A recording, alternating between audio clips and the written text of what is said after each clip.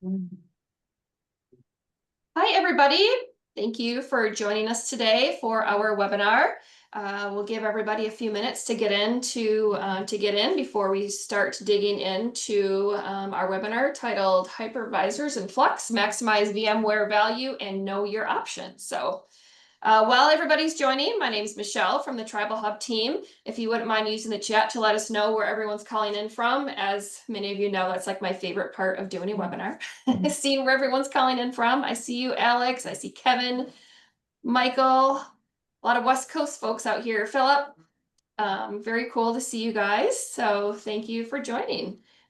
Most of our panel is kind of all over, but West Coast-ish is what I'm feeling. So we have some Washington, Vegas, and the lowly San Diego friend who is in the 90s where everyone else is in the 30s. So, oh, hey, Rob. See Rob, Tony, Ryan. Awesome. Sweet, sweet, sweet. Oh, another San Diego. Jeez. Good stuff. All right, well, why don't we get into some of the housekeeping things before we really dig into our presentation today, which is brought to you by Arctiq. Thank you so much for being here, everybody, and for partnering with us on this webinar. Our presenters today, I'm going to let them introduce themselves when we start, but you'll have Chris, Jason, Jeremy. Oop, Linda is not here. Matt and Matthew. Sorry, I should have looked at that beforehand. So they will all be on the call today, and we're going to do kind of like a little fireside chat type situation today, which is I love doing that. I think it's really a great way to engage. So while you are listening to them, please make sure you use the chat or the Q&A feature on Zoom to shoot them over your questions. Now is a great time if you do have questions or concerns. Now is the time to get those and get some answers. The session will be recorded. You will receive an email tomorrow from Zoom with a link to our YouTube channel where you can forward the video recording to anybody else on your team who may have missed it, or if you need to rewatch it again, it'll be there for you. And a couple of learning objectives to take away from the webinar while you're listening to the team here in their panel, things to keep in mind. And again, just a last reminder, don't forget about using that chat for your questions. I'm going to end my part of this webinar today by reminding you about our Cybersecurity Summit, which is coming up in February in Florida. We have registration open on tribalhub.com, so check that out if you're interested. And with that, I am going to turn it over to you, Jason, to start our presentation. Awesome. Thank you, Michelle. You're welcome. Welcome, everybody. I'm Jason Riddle. I'm a principal architect here at Arctiq. And today we're cutting through the noise in the hypervisor market. No fear, uncertainty, or doubt, just actionable insights. And with that, I'm going to turn it over to Jeremy, our advisor for Tribal Enterprise. Yeah, good morning, everybody. Also excited, like Michelle said, about Cybersecurity Summit coming up. So just another plug for that. We hope to be participating as well. And there's all kinds of good stuff that is coming. So make sure you attend and get set up for that. Today, you'll notice there's a poll that just popped up. If you guys can participate, we're going to do a few of these for two reasons. One, we want to know more about you. But the other thing is it keeps people engaged, because if we get really, really boring, then you can just wait for the next poll and it's super exciting. So that's two reasons to do the polls. But on a serious note, really excited to be here. My name is Jeremy James. I've been working in Tribal Enterprise. Many of you I met or know. If I don't know you, then next time we're at TribalNet, I owe you a drink, whatever that might be, tea or coffee, of course. And we'd love to get to know you. I get to represent Arctiq today, and the smart guys in the room here with Jason, with Matt, with Chris, we're going to talk about a subject that I think is not always exciting to talk about, but is certainly important to talk about for the business, which today is about hypervisors. It's going to talk a little bit about VMware, talk about some of the decisions that folks are making. All of those things have massive relevant business interests. And myself, as a previous CIO in Indian country for Tolowa Nation, and then later on as a consultant advisor to many different suppliers and vendors that we all work with, these are topics that have been going on for now decades. And as the landscape changes, are highly, highly relevant. So I'm going to be learning a lot today from Chris, from Matt, from Jason. And my job here is to ask them questions that you guys would otherwise ask. I'll try and keep an eye on the chat as well. They're going to be teaching me. I'm going to pepper them with questions, but mostly they're going to be teaching. And the outcome is going to be for you guys, hopefully, to have something that you leave with today you didn't know before. At the end of this, the other outcome is going to be just use this and abuse us. Ping us after the session. Look us up. There's a landing page. There'll be a slide you can QR code to. We want to work with you on the education side. We know you've got vendors you're working with. That's awesome. What we want to make sure is that everybody in tribal enterprise or in any country, and the rest of the continent, if we've got Canadians on, and any indigenous community gets the benefit of this conversation and make good decisions. That's our job. That's why we're here. And obviously, it's why TribalHub exists and TribalNet, the event exists, is to share the information that we have so everybody gets a benefit. So that being said, Mr. Riddle, you've got an agenda and you've got a slide deck. I'll let you kick that off, and then I'll bug you as you get through these topics because there's some hotness here that we want to talk about. Yeah, perfect. Thank you, Jeremy. Yeah, it's just as I mentioned earlier, Jason Riddle, principal architect here at Arctiq, and I'd like to kind of introduce the rest of the team here. Chris, if you wouldn't mind, introduce yourself, please. Yes, thank you everyone for being here. My name's Chris Moon. I'm also a principal architect with Arctiq. I've been doing virtualization for many years. So I'm kind of excited for this webinar. Awesome. Thanks, Chris. How about you, Stu? Yeah, I'm Matthew Stewart, go by Stu. I've been with Arctiq about 8 years now, and in a delivery consultant role. So Perfect. Thank you, Stu. Jason, you're not sharing anything if you want to. Oh, am I not sharing anything? Well, that's good information to have. Thank you. All right, let's try this. Is that a lot better? Yep. All right, great. And so, as Jeremy said, we're here to clarify, not complicate, hypervisor decision that everyone's facing. And we don't want to just talk at you. We want to make sure that you leave out here with 2 quick wins and a framework for the next 6 to 12 months. Can we put on the next poll, please? Jeremy, do you want to take us through this poll? Yeah, just real quickly, everybody, the point here, I think it's pretty self-explanatory. What's the main driver for what's going on? We know that there's a lot of licensing changes. The Broadcom world has changed that a lot from the olden days, from the Wayback Machine. What are you looking at? What's your timeline? What are your modernization goals? Not all questions you might have or answers are here, but give us the general feeling. You can pick as many as you want so that we have an idea where to focus our conversation. Thanks, Jeremy. Yeah, so we'll keep this practical, right? Your time is valuable. We're going to do this in 5 chunks, about 10 minutes each. We're going to share a few polls and examples along the way.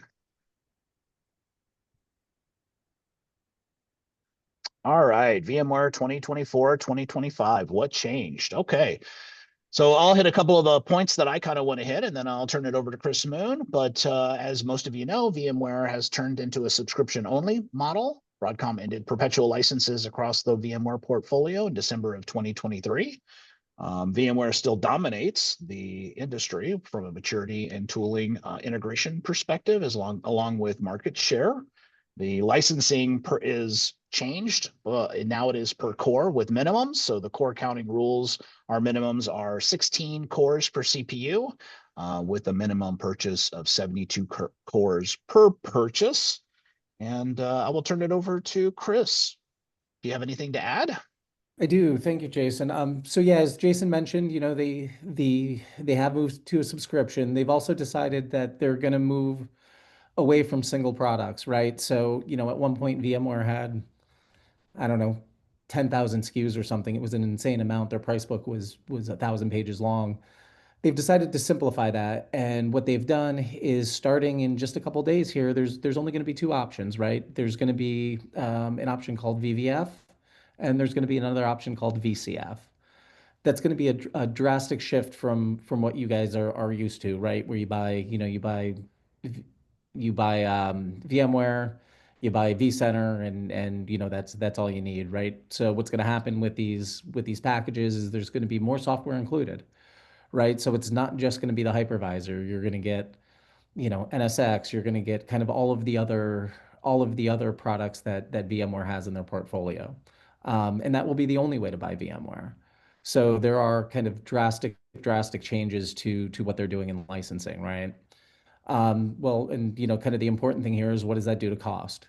Right. Well, because you're now no longer buying just a single product, right? In a lot of cases, you're buying a bundle of products, right? So there's going to be some cost adjustments there, depending on which subscription you buy, right? Whether you buy VVF or VCF. The other thing that I wanted to make sure I covered is Jason mentioned that there's now a minimum core count.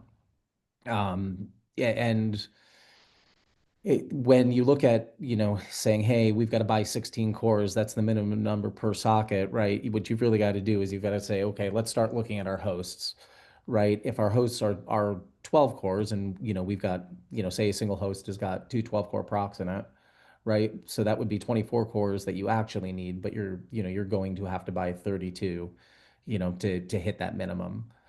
So in cases, so there needs to be a fair bit of work, kind of upfront to kind of get those core counts and figure out what your actual cost is going to be. And in some cases it may make sense to change your hardware around to account for the core minimums. Yeah, it definitely makes sense, Chris. So Jason, can I ask a question about something that both you and Chris just kind of brought up about features? This came up in a conversation yesterday with a customer that Jason Gordon and I were talking to. But on this topic, as we get going, with all the features and all the things that could come with the packages now, should folks be, and you guys have to answer this now, but it's a bigger question, should folks be saying, hey, I get all these features, I got to have that package? Or is there still a strategy where you say, listen, I may not need 17 of the 27 things. I need to do what's good for my business. I mean, I'm leading you into this question, but I think that's a good topic because we get people that ask us, but I get all these features. The question then becomes, do you need all the features and are you ready for all the features? So do you guys see that coming up a lot? And again, however you want to tackle that, I think it's a really interesting point that people ask all the time. Oh, it totally makes sense, Jeremy. I think we're going to cover that on our next slide. So thank you for bringing that up. Something I did want to bring up, right, with the portfolio simplification is a partner reshuffle, right? Not all the same partners that were VMware Broadcom partners before are still there. So we are one of the partners. I believe they've taken that list down to 300 partners in the US. In addition to that, I also wanted to bring up for customers that have recently renewed their Enterprise Plus or Standard, the version 8 is the max you can upgrade to. So the next time you renew and you want to go to 9, you're going to have to look at BVF or VCF. So wanted to make sure I called out those other things. Anything else, Chris, before we move on to the next slide? No, I think we covered everything that I wanted All to here. right. Great. Let's move on to the next slide, and then we can talk about Jeremy's question. All right. So first of all, right, what we wanted to do is have you come away with here with some actionable stuff, right? One of them was a quick win, right? So what is the quick win here, right? Number one is right size your license cores. Kind of what, Chris was saying earlier.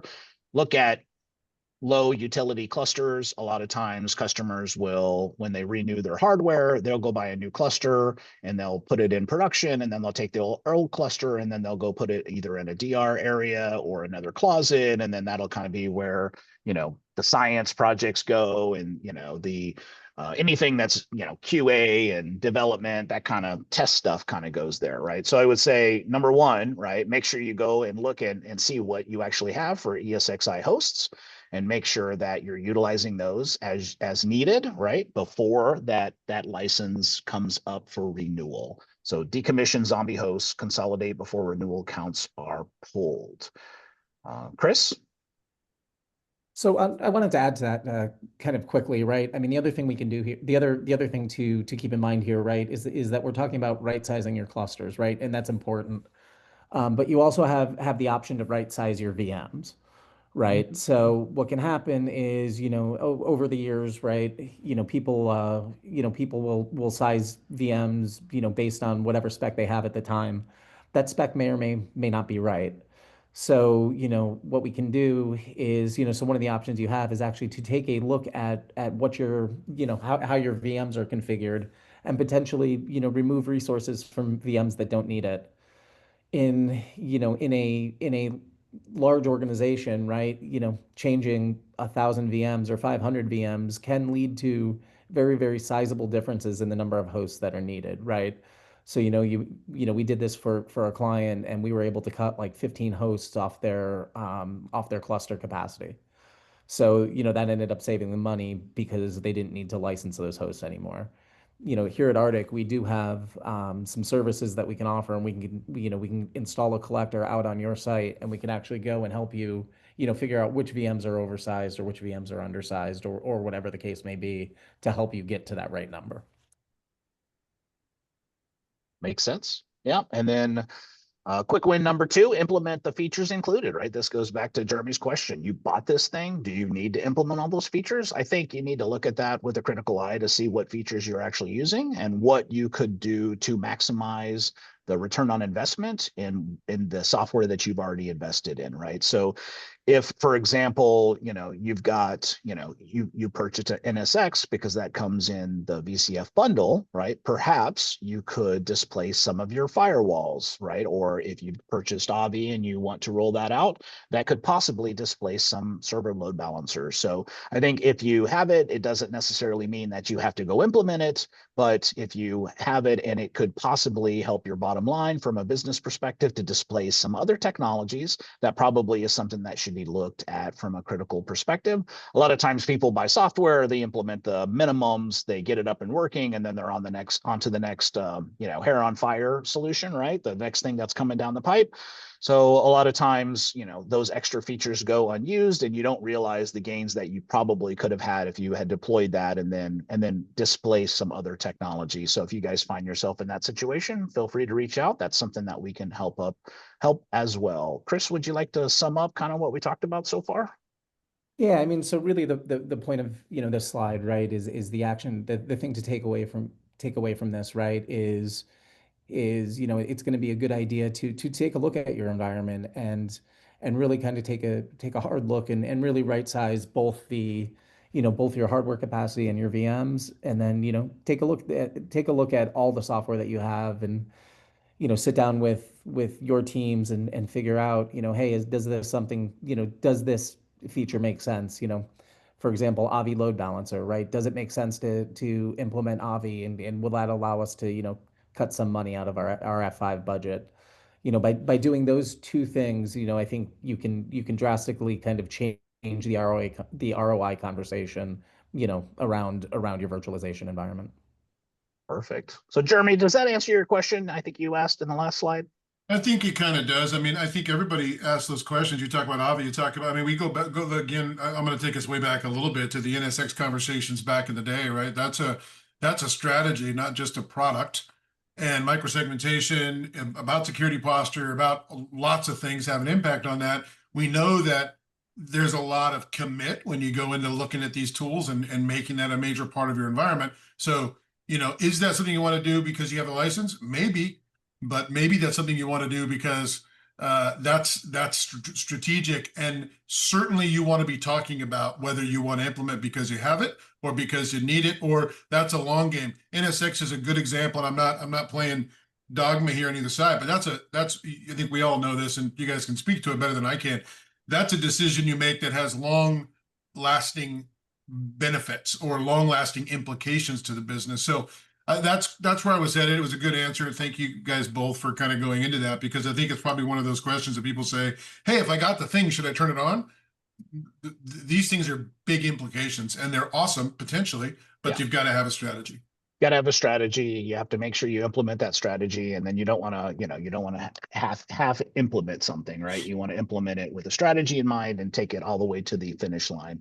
And a lot of times we're busy, right? A lot of engineering teams, they're rushing to the next thing. So absolutely right, Jeremy. It's something that you don't want to kind of half enter in and just kind of leave abandoned, right? So thank you for that. All right, for our next slide here, we wanted to make sure that we left you with a framework, right? So based on these shifts in the marketplace, right? Where are you at today? And then where are you going? And, a lot of times, like I said, I believe I said earlier, these virtualization solutions, right, are, maybe were before not I guess maybe you weren't getting the value out of them, right? But so now it's like this could be a step-by-step framework for your hypervisor strategy. Like when you leave this webinar today, it would be nice to say, hey, we've got a plan, right? This could be the beginning of that plan, right? So the first step is, assess your current solution ROI, right? Are you guys happy with it? Evaluate your return on investment potential for the deployments that you've got today, based on your renewal, based on new purchases, based on what your hardware looks like today and where you are in your life cycle. Just assess that to kind of determine, is the juice worth the squeeze? Are you guys seeing the value that you need to from your solution? The next thing would be to identify future triggers, right? Any key triggers such as, enterprise license agreements or renewals coming up. If you've got either a leadership discussion about disaster recovery coming up, or maybe there's a lot more interest in, we're seeing ransomware situations going on. What does that look like? How are you going to recover in one of those situations, right? And any M&A activities, right? Mergers and acquisitions. What does that mean to you, right? These are, we're kind of breaking these down into business objectives, but really, we as IT, and a lot of us here are leaders, have to be able to take, the technology and turn it into understanding so that we can bring it to the business so that they understand what what we're talking about and what the needs are in order to achieve their objectives. If you identify that you do want to look at alternatives, right? Make sure you score them, right? Compare your alternatives based on the total cost of ownership, right? What your risk level is and the operational fit. A lot of teams here have, grown up on VMware and cut their teeth on it, and that's their main skill set, right? So you've got to take all those different things into your discussion there. So, and Jason, then on that, yeah, go let me ahead, Jeremy. interrupt you there for a question, because triggers and alternatives, I think probably somewhere in there, we're not overtly talking cloud today. We're talking about prem hypervisor, but that could seriously be a trigger, obviously. And I know that Chris can probably lean on this question too. So when we look at triggers, cloud strategy, and then alternatives, we're going to get to that a little bit. I know what's coming in the slide deck, but part of that is worth a conversation. There's likely no one on this call that doesn't have a strategy around cloud for something, whether it's secondary, tertiary, targets, backup, whatever it might be, DR. How does that find its way into the triggers, alternatives, pilot plan as we use cloud as kind of a theme in this too? Yeah, I think we've all kind of been there, Jeremy. Let me take a shot at the question and then I'll turn it over to you, Chris. So yeah, I mean, your CIO goes to a cloud conference, they come back and we're cloud first, right? Is it cloud first? Is it cloud smart, right? So I think those are two different things you kind of have to discuss. Like, what is the actual strategy? Based on that, a lot of times not everything can go in the cloud unless that's kind of what you're trying to achieve. And I think you have to look at each one of your workloads and, how much latency they can suffer, that kind of stuff. So a lot of customers are keeping whatever they have on-prem, right? And then they are either using like cloud native tools in their hyperscalers so that they can have a cloud presence as well. You're kind of getting the best of both benefits, right? Use cloud where it makes sense, for prototyping and that kind of stuff, and then bring that back on-prem. Other people are saying we're only cloud first, everything goes up in the cloud. So there are other options here with your hypervisor strategy. A lot of the bare metal clusters, you can get these same hypervisors in the cloud, and then that gives you kind of the same, I guess, piece of glass that so you can see your whole environment. And other customers are seeing it so that they're managing it with two different skill sets, maybe sometimes two different teams, maybe two different standards, right? Maybe they don't follow the same RPO, RTO strategies. So that's something to consider is, what is your cloud strategy? And then how does that fit with your on-prem virtualization strategy as well? Chris, you got any thoughts there? I do, yeah. I would say 5 or 6 years ago, I sat down with clients of all sizes, kind of all over the place, and the common theme I got was, hey, we're going to be moving everything to the cloud. And so over the last, I don't know, say, that was probably about 7 years ago, right? And the last, say, 4 years, what my clients are saying is, hey, we moved everything to the cloud, and now we're paying too much, right? And now we've got to bring that stuff back in from the cloud. And so I kind of agree with Jason, right? I think part of your strategy has to be to take a look at your workloads, take a look at the software you're running, take a look at what you actually need, and make sense and make decisions, right? There are certain applications that make sense in the cloud, right? There are certain applications that don't. And I think part of a cloud strategy has got to be taking a look at those applications and making making decisions that give you the most flexibility while also kind of reducing cost. As cloud has become more prevalent over the last decade, one of the things we're seeing, and Jason touched on this, is that we can now put cloud functionality inside your data center, right? So we now have the ability to run VMs on-prem, and we know that our busy time is coming and we need more resources. We can move those workloads up to the cloud, run them in the cloud for the time that we need, and move them back down. So it's kind of an exciting time where we've got a ton of flexibility, based on and you can make some really, really good decisions and really kind of use both on-prem and cloud to support your operational needs. Well, and that's where I was going with that question was we're having virtualization conversation, which predominantly I think everybody goes instantly to prem, data center, my physical stuff. And then there's this cloud conversation like you just mentioned, but it doesn't have to be mutually exclusive, right? It's not to shout one way or the other, but that virtualization strategy, to Jason's point about this framework, is that we've got to have a plan. Like you said, Chris, some things have to go in certain places or they're better there for risk. It's all about a risk conversation. Everything we do is risk mitigation. So now all of a sudden we can have this conversation and say, okay, but maybe, and our virtualization strategy doesn't just limit us to what's on the box in the room next to us or in the server room or in the MDF. It might actually have an implication. We don't have to think about that as a completely separate thing. Like, okay, we're leaving hypervisor X behind, right? Because like you're saying, there's going to be potentially there's a hybrid strategy, but also we can move things around like better than we ever have.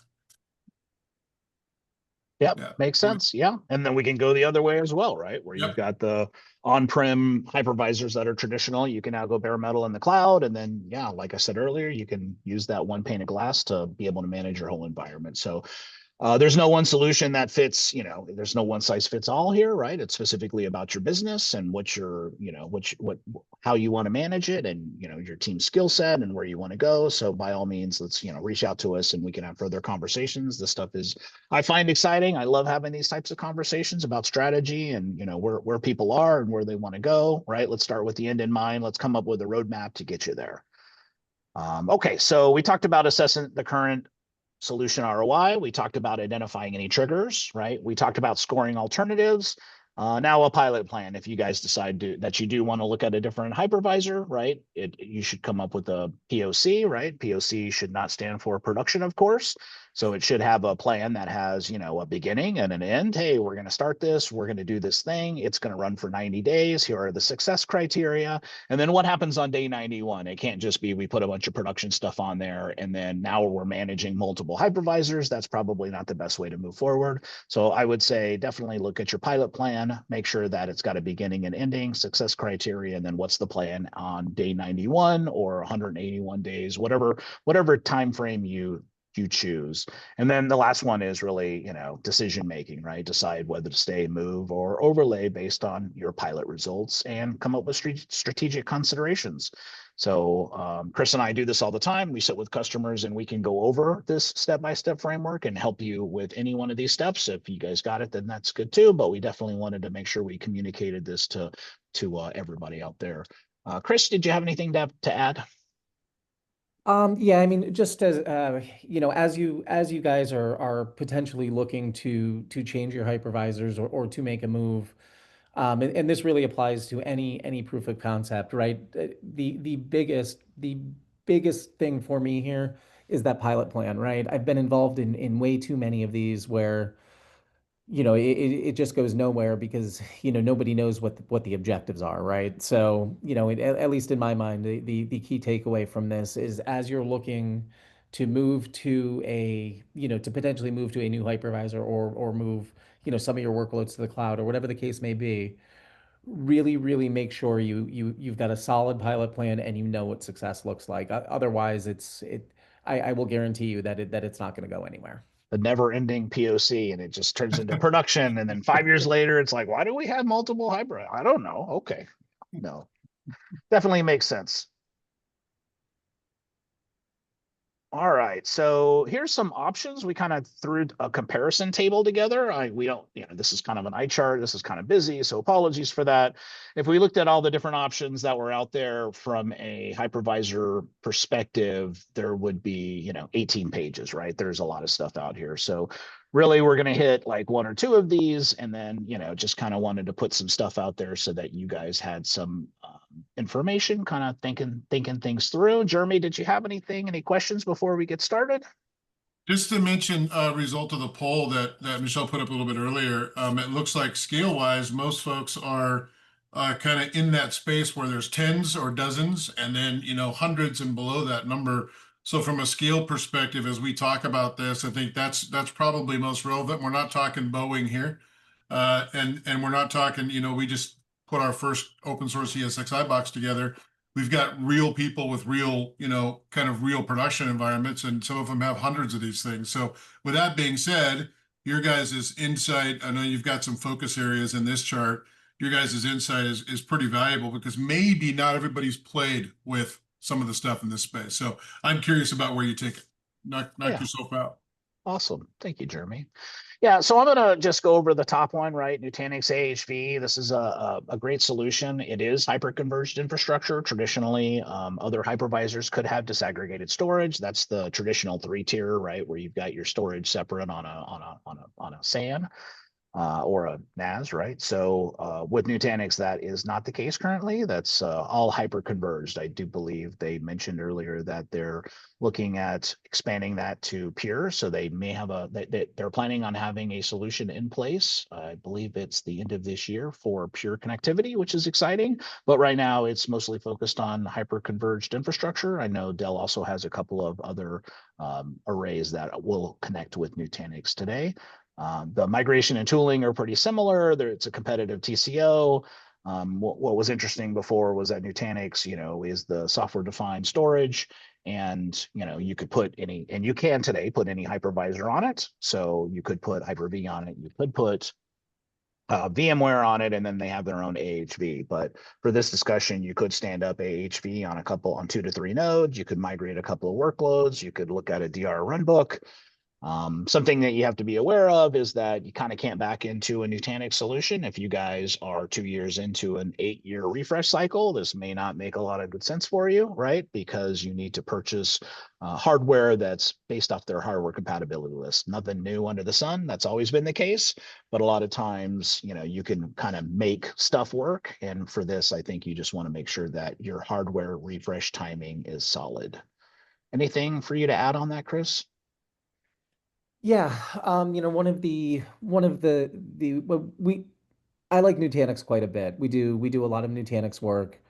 One of the questions I get all the time is, is it as rock solid as VMware has been, right? Because traditionally, I've got many clients who, they pay for VMware support, but they've never had to call them. And one of the things that I get, the same question around Nutanix, is it as reliable? And the answer is yes, right? Nutanix, as well as some of these others, the hypervisor under the hood is called KVM. It's a Linux-based hypervisor, and KVM is used in the hyperscalers, right? It's used in the largest organizations in the world. If it's good enough for them, it's certainly good enough for my needs, right? So I really like what Nutanix is doing. From their ecosystem is slowly getting bigger, right? So, one of the challenges with moving away from VMware is how do you deal with the ecosystem, right? How do we back it up and those types of things. And Nutanix has gone gangbusters in the market, and kind of that ecosystem is growing significantly kind of over time. So now we have enterprise backup solutions that will support AHV. Traditionally, where things were deployed via OVA and only supported on VMware, vendors are now saying, hey, we will now support this on AHV. So when you look at kind of all of the things in this list, Nutanix is one that stands out to me, kind of head and shoulders, kind of above the rest. But Jason, you're right that it does need to be refreshed. It does need to be timed with a hardware refresh, right? Because if we look at the numbers, Just comparing software to software, the math isn't going to math. But when we've got a full infrastructure refresh happening, or potentially we're spinning up a new property somewhere, right? When those types of things are happening, where where hardware is a consideration, Nutanix is a great fit. Perfect. Yeah, thanks. That's good information to have. I don't think I'm going to go into detail on any of the other ones. Is there any other ones you wanted to hit, Chris, to maybe go into more detail on? Yeah, the kind of up and coming one that I'm super excited about is HP's the VM Essentials and Morpheus. When you look at, kind of when you look at these two, right, we kind of have them, they're two separate products, but they tie in together really, really well. So we kind of kept them as one because it makes a lot of sense to have, to have both, right? Um, you know, HP kind of a couple of years ago, they decided that they were going to build their own hypervisor, and they kind of went down this path, and kind of said they were going to started doing it, and then they bought a company called Morpheus. And when they started looking at what Morpheus was doing, Morpheus had already written their own hypervisor and was using it for all of their internal stuff. So HP said, "Well, why are we going to reinvent the wheel? Why are we going to reinvent the wheel? What we're going to do is we're going to use what we already have." And they renamed the Morpheus hypervisor to VM Essentials, and they took it to market. Like I said, I'm really, really excited about this. The pricing is core based, so we don't have to deal with, core counts and it's socket based. We don't have to deal with core counts or any of that stuff. Again, it's based off of KVM, so I have no concerns about the stability, right? I have no concerns about the scalability, right? Because it's based off a tried and true, kind of hypervisor. And then what HP did was they took the software company they bought, Morpheus, and they put that as the ability to go on top of it, right? So what is Morpheus? Well, Morpheus is it's a cloud kind of automation and VM automation software, right? So, you can kind of think of it as vCenter on steroids to manage VME. But with Morpheus, it'll manage more than just VME, right? With Morpheus, we can manage VME, we can manage our cloud environment, we can manage Nutanix, and it'll give us, visibility into, what our costs are. To let us do application orchestration, right? We can say, hey, we want to deploy a VM and we want to put this software stack on it, right? We can create a runbook to make that happen. So HP is going gangbusters on adding new features to both of these, to really kind of, they see a need in the market, and they're trying to capitalize on it. And right now they're doing a good job. What I would say, kind of a word of caution is I am very, very excited about this. But there are some kind of downsides, right? This is a new hypervisor in the market. So we talked about, with VMware, the tooling was there, and it's a very mature market. Nutanix is getting there. HP is the new kid on the block, right? So, they're the same kind of, you're not going to have the same vendor support that you do with, say, something like VMware. But because it is KVM based, kind of getting those things into VME is going to be, not as hard as it once was. I might throw a log on that fire too a little bit. I worked with the Morpheus team for a number of years until a few years ago, and all the stuff you said, I'm excited about too, because we kind of been waiting for some of this to happen. Morpheus actually originally came out of some incubation HP did like 10 years ago. They did a bunch of cool stuff. The GreenLake product for their hardware as a service play has a Morpheus integration. It's a major part of it. And now all of a sudden, everything you just mentioned is now real, right? And going to market. The cool thing is that team has a deep bench and deep understanding.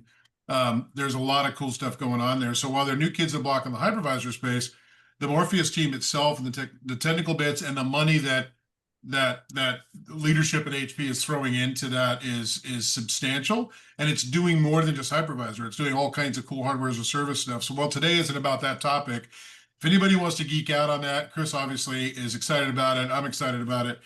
There's a lot going on there, and HP is making some really cool inroads. It's not limited to hypervisor.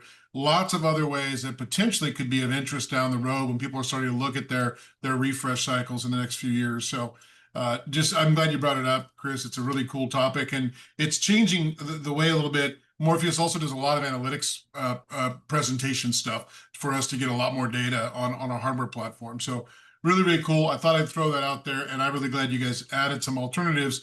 I know, Jason, you aren't going to talk about all of them because maybe not everybody here is looking at the same kind of scale, like with OpenShift and Azure Stack and all that. But like you said, there could be 18 more slides if we started talking about alternatives, which is a whole fun conversation to have. And KVM has been mentioned as the heart and soul of a lot of these things. If you guys are out there playing with that kind of stuff, put a comment in the chat, because if you guys are playing with KVM and even just the open source kind of way, let us know. Let us have that conversation with you, because it's good stuff, and these guys they love geeking out on it. So thank you guys for bringing up the alternatives. I think it's a great topic. Yeah, thanks, guys. The last thing I kind of want to talk about on this slide really is, best practice around tool strategy, right? Like, this is a lot of information that we're kind of throwing at you, but don't forget about, the tools that you have to manage your environment, the tools that you need to back up your solution, also things like appliances, and make sure that they're supported.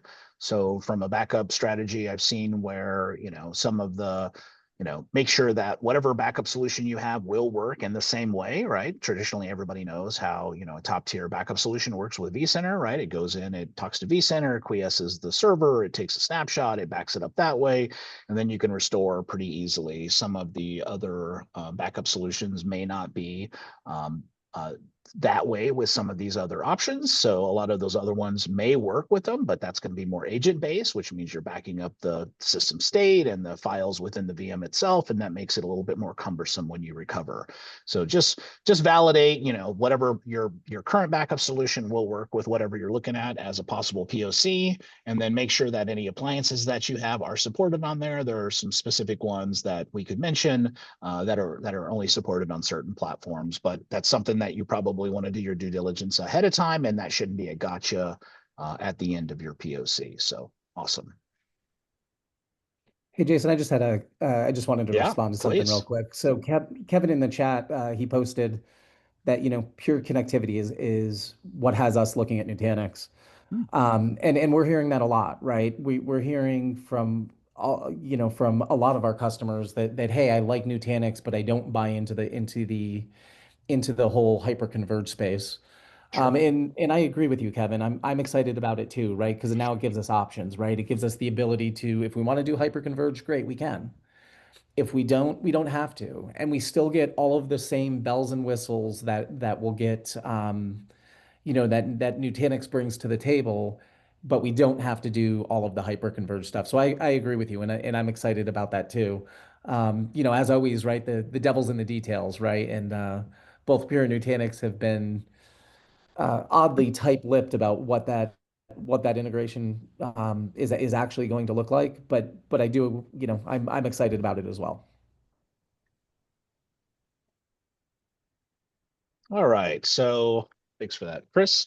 So this really is a case study. I just wanted to kind of highlight something that we've gone through with a customer of ours, right? They had, cost constraints, they had aging virtualization hardware. So, talking to them, right, we came in, did a free VMware assessment, and then found that they've got, aging virtualization hardware. We found that they were using like Synology NAS as their storage platform.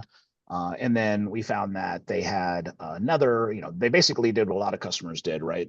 When they did a hardware refresh, they took their old hardware, they took it to a different closet, they went and plugged it in and turned it on, and they were using that for dev, test, QA, right? The science experiments that, we all like to geek out and play with, right? And then finding out that their backup strategy consisted of replicating their Synology NASs between each other, right? Doesn't really help for any kind of issue with the data being corrupted or any ransomware situations, right? So, we came in with a free VMware, a free virtualization, review of their situation, kind of came up with, some of these gaps that they maybe were not looking at.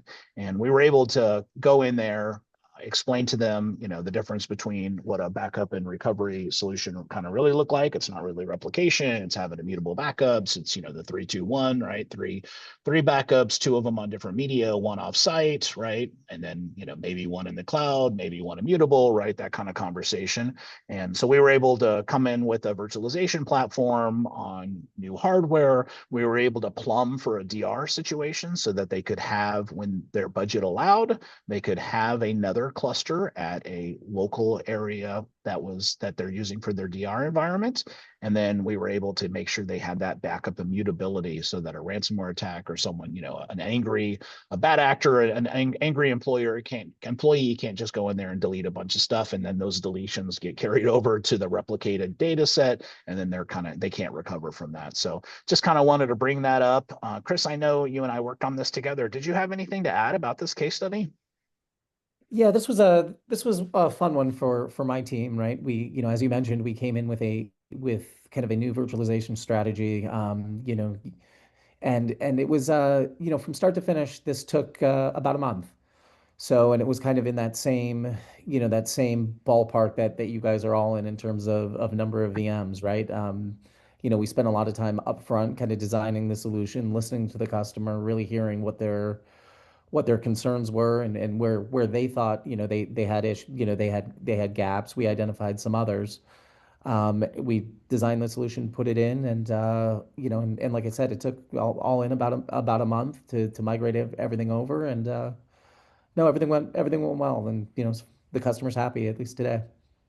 Yeah, and then, when they have that budget, they can come in and they can implement a DR solution. And it's not going to there's not going to be a lot of rework, right? Since we went into that situation with that architecture in mind. So absolutely. And another thing to throw out there too, and we know, especially with this audience, there's some novelty to real BC conversations, business continuity and disaster recovery, because of the fact that in tribal enterprise in any country writ large, we know, in fact, we were just talking to a property, and who you are on this call yesterday, where the business continuity discussion, a DR play has business implications where you can't take slot machines and install them somewhere else and run a casino when bad things happen. We know that has to stay in one spot. So when we start talking business continuity and real business continuity, what happens when a flood hits, and I've got friends in various properties that have had floods and water pipes break and the casino's down because they literally can't go somewhere else. That kind of strategy with what you guys are talking about, the case studies we know are some of them are unique to tribal enterprise because of how commercial properties have to operate with compacts and legal issues and all this kind of stuff. So as a team, as a tribal enterprise team, part of my job, having had some of this pain in my past and working with these guys, is to say, hey, and let's think about this from a lens of what it looks like to work in native business. And we focus a lot on that with the tribal enterprise team here, specifically because we should be asking different questions. And it doesn't, in general commercial business or multi-site, we've got limitations. And you guys all know that on this call as the audience, because we have, in some cases, we've got some strictures that not everyone has. So those are part of that assessment when we look at the situations. The constraints, we may have constraints that are unique to this vertical. We understand that. And certainly we want you guys holding us accountable when you're asking questions. Say, hey, oh, by the way, I know you'd love to do that, but we also have to think about it from this perspective. So we try to make sure we do that and know that it's unique. And it's what makes it really fun working in tribal enterprise. So just an additional thought there, that we see you, we understand that part of the space. So thank you, Chris and Jason, for letting me do a plug in there for native business. Yeah, awesome. Yeah, no, you're 100% right. DR is not the same to all people, right? It really depends on your risk and your business and, what you consider to be, high level. And, a lot of times, the IT team is kind of dragging the rest of the organization with them. Like, hey, we need business continuity. We need this, and, you're asking all your application owners and your leadership, and they're like, yeah, well, everything has to be up 100% of the time, all the time. Okay, well, that's expensive, right? So we can help kind of have those conversations with you, with your leadership. We can help craft those things, right? It's definitely not one size fits all. So perfect, Jeremy. All right, so here is, I mentioned earlier, right, with the other case study, right, where we came in and we did a hypervisor assessment. That's a free thing that we offer. Any kind of pilot planning that you guys are looking for, this is something that we can help with. Just want to kind of throw this on the screen. If you guys want, you can pull out your phone, grab that QR code, and then you guys can book some time with us. That's kind of what we're hoping for. We love talking about customers' technology challenges and coming up with ways to fix them and help and what can we do to see what we can help with. Chris, did you have anything to add on this? No, I think you covered it, and so. All right, Jeremy. Yeah, I might just mention quick plug for the team here. So the way that Arctiq goes to market, right? It's a pre-sales motion, and I'm not going to give away everybody's time, but the point is that we know everybody on this call, listening to this call, has vendors they're currently working with. If you didn't, you probably wouldn't be here because you wouldn't be asking the same questions. We understand that. We also understand this is a very long game and a relationship that begins maybe today, maybe we're already working with you.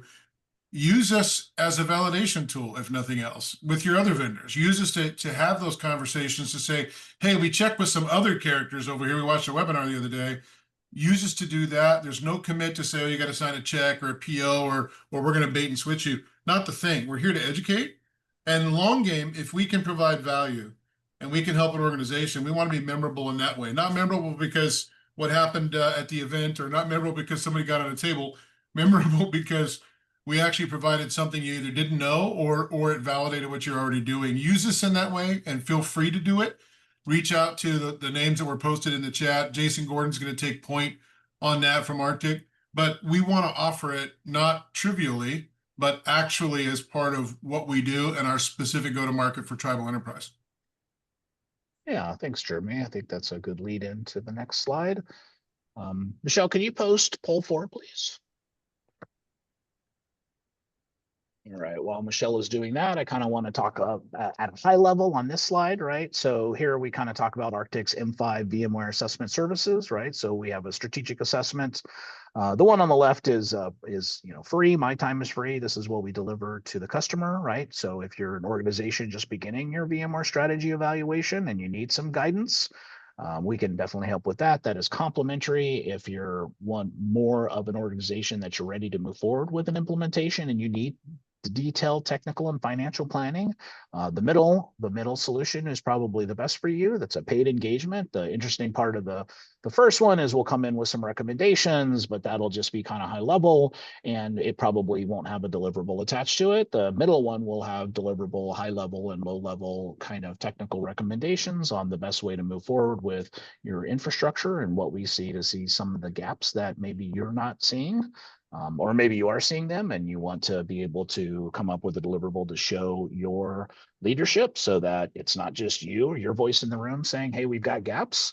And then the one on the right is, hey, we've identified some recommendations. We've identified some gaps. How do we go and deploy those, right? And that's our M5 optimization service. And that's really for, hey, we know what the problem is and we agree with you and we want to get those resolved. Chris, did you have anything to add here? No, I didn't. Thank you. All right, Jeremy, any questions? No, I think it's great. I appreciate you clarifying that. I mean, obviously, like I said, prepaid, our pre-sale stuff, that's what we do. And then we can also go soup to nuts all the way through delivery. Use this as you need from the audience. So appreciate the detail on that. I know it's an eye chart. It's kind of supposed to be, right, Jason? You did that on purpose to make people have to kind of focus. There's a lot in that. The point of this slide is there's a lot. Not for you to memorize it or read it, but it's an entire engagement methodology, not just simply a, hey, how are you doing? And let's scribble something down. But it's going to be deep and it's going to be helpful and it's going to weigh 16 ounces when you get done and there's going to be binding on it if you need there to be. Nice. Awesome. All right. So I'm just going to throw up this last slide just for you guys to kind of review on your own. And I think we're kind of moving into the last poll here. Did you want to kind of talk about this poll, Jeremy, at all before we kind of ask for some Q&A if there are any questions for our technical team? Yeah, and I think it's obvious why we're asking this question, guys. It's your timeline. We want to get an idea of where people are at. It's anonymous there, so we don't know specifically. So we're not trying to say, oh, it's coming up yesterday. We have to go make you a phone call. But the point is that if there's emergency here, typically we find that the licensing drives a huge amount of urgency because you've got to make a commit. We want to know. So if that's the case and you need something done faster, let us know. It gives us an idea where the audience is at. And certainly we're going to pivot into whatever's most important for you guys. A lot of big decisions. I would recommend that if you have 6 months, start now. It's like, when do you plant a tree? You probably want to plant it now, but for the tree to get big when you need it to be, the sooner you start on that, it really gives you the room to make good decisions because those are long game decisions. So more feedback you give us, the more we can be helpful. Yeah, perfect. Okay, so to kind of sum up the whole webinar, I really just wanted to make sure that, hey, this is really, if you guys have if you guys already have a virtualization platform and you want to make sure you're getting the biggest bang for your buck, if that's something you need help with, we're definitely here for you. If you want to look and pivot at some other things, and maybe you want to talk about some other business things that are also occurring, then we can help you with that as well, whether that be disaster recovery and business continuity, or maybe some triggers that may be coming up. I think that's something that we can help with. And with that being said, Chris, did you have anything else you'd like to add before we go to Q&A if there are any questions? Yeah, I just want to say it again. Thank you everybody for taking the time today. I know you guys are super busy, and I'm I hope this was useful, and again, thank you. Yeah, thank you. Absolutely. I echo Chris's thank you and sincerity for that. Jeremy, any last words? One last thing to say is, as you guys have met this team, we work specifically, this team is focused on tribal enterprise. Everybody does other things too, but we've assembled this to focus and be good at it. We also work with native-owned companies specifically to go to market. So if you've got tribal preference, if you like working with folks that understand this space, then let me know and let Jason Gordon know, and we'll reach out. We'll tell you how that works because it's a major focus for Arctiq. So not coming at you with just general information, but knowledge of the vertical as well. So I really appreciate the time giving us this much time on a topic that not everybody's into, but those that are geeking out on it, we really enjoy being able to share some of this knowledge. And I think with that, we've got a couple of minutes left for Q&A. Like you said, Jason, I'll let you do that. Yeah. Anybody have any questions? I'm looking in the chat, but maybe I'm looking at the wrong one. Does anybody see any questions that we can kind of talk about for the next 3 or 4 minutes?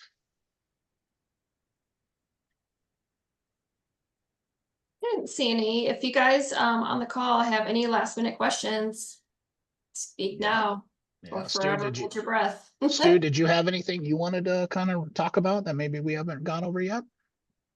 No, I think you guys covered it pretty well. So I've been keeping an eye on the chat. I haven't seen any questions come in. So all right. Well, perfect. Well, then thanks everyone. I just want to thank everybody for their time, and this has been awesome for me. And hopefully you guys found this helpful. Hopefully you walk away from this with the idea of a plan or a plan for a plan, and then you guys can add some value, and we helped you out there. So with that being said, I guess we'll turn it over to you, Michelle.